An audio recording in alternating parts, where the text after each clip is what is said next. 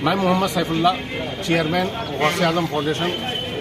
आप सबको ये जानकर पता होगा कि आज हम लोग जिला कलेक्टर खरगोन के ऑफिस में आए हैं। यहाँ पूरे खरगोन के जितनी भी तंजीमें हैं, जितनी भी कमेटियाँ हैं, जितने भी अंजुमन हैं, सबके सदर, सबके अध्यक्ष यहाँ आए और मैं भी गौसे आजम फाउंडेशन का राष्ट्रीय अध्यक्ष होने के नाते यहाँ हाजिर हुआ।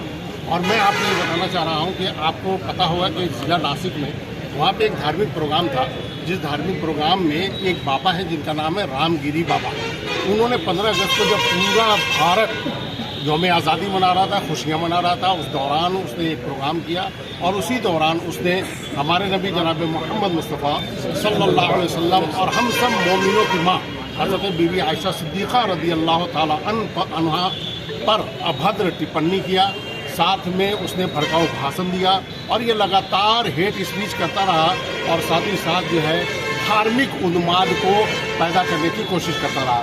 दो समुदायों के बीच में नफरत पैदा करने की इसने भरपूर कोशिशें किया। और साथ ही साथ इस पर एक बात और सामने आई कि उसके कुछ दिन के बाद महाराष्ट्र के मुख्यमंत्री शिवराज शिंदे ने बाकायदा एक प्रोग्राम किया जिसमें उस साधु, उस महाराज, उस बाबा के साथ मंच को साझा किया और उसने कहा कि इन साधुओं की आशीर्वाद से ही हमारी सरकार चल रही है। हम उनसे ये कहना चाहें कि साहब, आपने शपथ संविधान का लिया है, किसी साधु या महात्मा की शपथ आपने नहीं लिया है। और सरकारें गिरती या चलती हैं वो किसी साधु महात्मा के आशीर्वाद से नहीं, बल्कि जनता के वोट से, यानी जनता के आशीर्वाद से चलती हैं और जनता ही के वोट से गिरती हैं। तो इसलिए आपको संविधान के तहत काम करना चाहिए। आपका ये बंदा जो है, जो बाबा है रामगिरी बाबा, ये राजनीतिक संरक्षण प्राप्त बाबा है। आप इसको जितना भी बचाना चाहो बचा लो, लेकिन हम ये कहना चाहेंगे सरकार तुम्हारी है, सिस्टम हमारा है। सरकार तुम्हारी है, सिस्टम हमारा है। संविधान हमें इजाज़त देता है कि अगर कोई इस तरह की अभद्र टिप्पणी करता है तो आप IT एक्ट कानून के तहत जिस क्षेत्र में आप रहते हैं उस क्षेत्र के SP, उस क्षेत्र के इंचार्ज, उस क्षेत्र के जिला कलेक्टर, उस क्षेत्र के IG को आप जाके बात कर सकते हैं, उनको FIR लिखवा सकते हैं और ये उनका क्षेत्राधिकार होता है कि वो आपकी FIR को दर्ज करेंगे ही करेंगे।